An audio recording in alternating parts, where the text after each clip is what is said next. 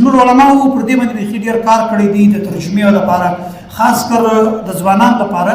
9 to 10 8 9 10 فرست ایئر سیکنډ ایئر یعنی تر اخره پورې چې دا ځوانان لپاره د عام خلکو لپاره زموږ علماو دا کردار ادا کړی دی، دا کار کړی دی چې په یو جلد کې د قرآن شریف ترجمه کړې ده. دا ترجمه د دې لپاره ده چې به سار ټیم ته وظیفه کوي، بالکل د قرآن ډېر ښه ثواب شته، ثواب پکښې دی چې ته وظیفه کوي. د دې سره سات که ته چیرې روزانه راولاړ سې،